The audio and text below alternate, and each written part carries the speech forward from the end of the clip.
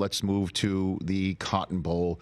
And I guess the conversation is, how does Texas slow down Ohio State? You know, our colleague from Yahoo, and he comes on our program quite frequently, and he threw out an analogy that Ohio State is like Mike Tyson in his heyday, just coming out, and Dan Wetzel just absolutely saying that the Ohio State is just demolishing everybody. In the last 2 weeks, it's been Mike Tyson. Correct. That's what he says. This is what it looks like right now.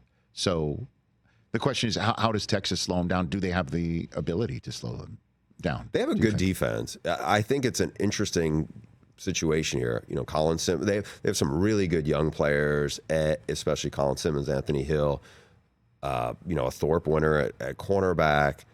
They have good D linemen. They're really well coached with Pete Kwiatkowski. Statistically, they're an elite defense. I think they're very good. I push back on somebody, you know, one of my coworkers who was like, it's a great defense. I was like, is it a great defense? Because the teams they played, it's hard to prove you're great when you see who they've played.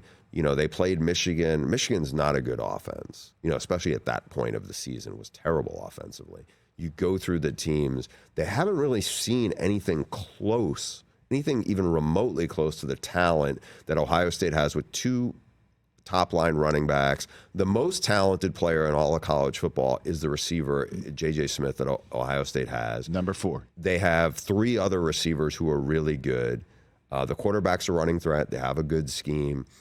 This is a different kind of test. I mean, probably the 2 best offenses they've seen have been in the playoff. They played Clemson, who at the time didn't have healthy running backs, but Cade Klubnik played well, threw the ball on them, and then Arizona State had over 500 yards offense. It was very heavy Cam Scatteraboo. But again, they didn't have anything close to the receivers Texas is going to see. Now, can Texas's D-line and pressure get after Will Howard and be really disruptive? You know, we saw that at times. They don't, you know, what Michigan did have is 3 elite college D linemen. You obviously have Mason Graham, Kenneth Grant, and Josiah Stewart on the outside, really disruptive guys.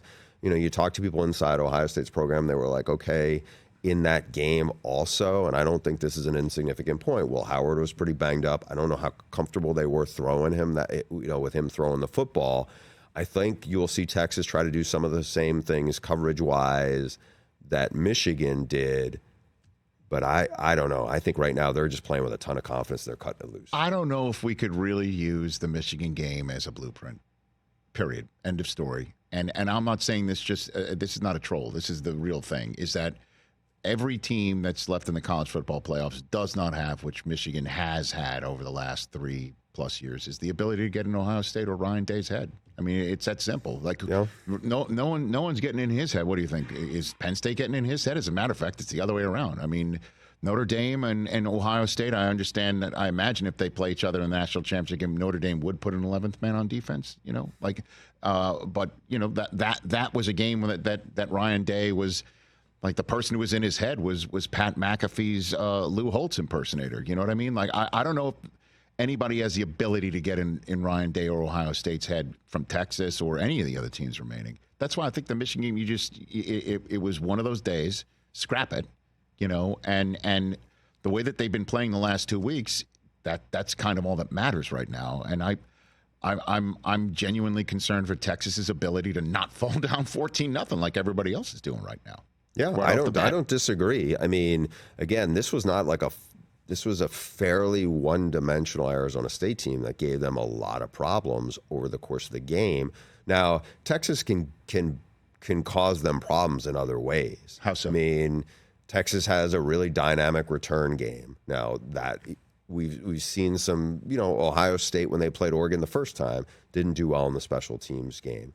But Texas also has a kicker right now who you would worry about his confidence in clutch kicks after Bert Auburn missing in a couple of a couple of key kicks. But how about this? If you want me to just jump in here, Quinn Ewers, his history with Ohio State, is there any there at this one? I know it's like his old roommate was Jack Sawyer, and I think he has probably some affinity for a lot of those guys because a lot of those guys have been there for a long time. Right, but he went to Texas because C.J. Stroud was there, right? And he knew he went to Ohio State. I mean, no, but what I'm saying is that he left Ohio State because he knew that there was no path for him. Or yeah, I mean, at that point, it seemed like, and it's like 4 or 5 years ago. Right. He left South Lake Carroll a year early, because of the NIL situation to go get, by all accounts, around low 7 figures, because he could do that at Ohio State. I don't think realistically he ever had a chance to win that quarterback job. Was there for whatever it was, 4 months, transferred back to Texas, has had a really good career there. Mm-hmm. The thing I will say that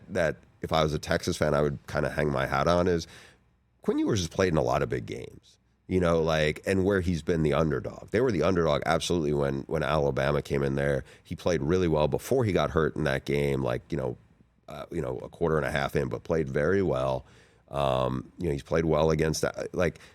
Whether you're playing Alabama, especially when Nick Saban's was there, that was a powerhouse program you were going up against. You were punching up against them. This team, he has weapons. They have really good receivers. I think I feel like people downplay their running game a little bit because it's been inconsistent. But he made some really good decisions against Arizona State.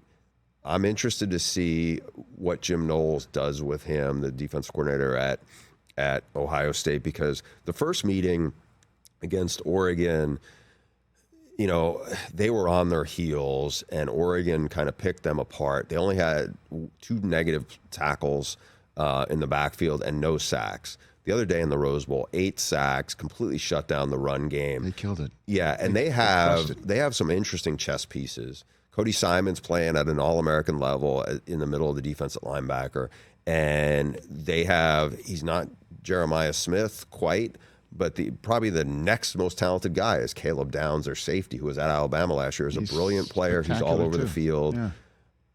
If I was an Ohio State fan, I'd feel really confident right now. Catch the Rich Eisen Show every single day on the Roku channel, 12 to 3 Eastern, for free.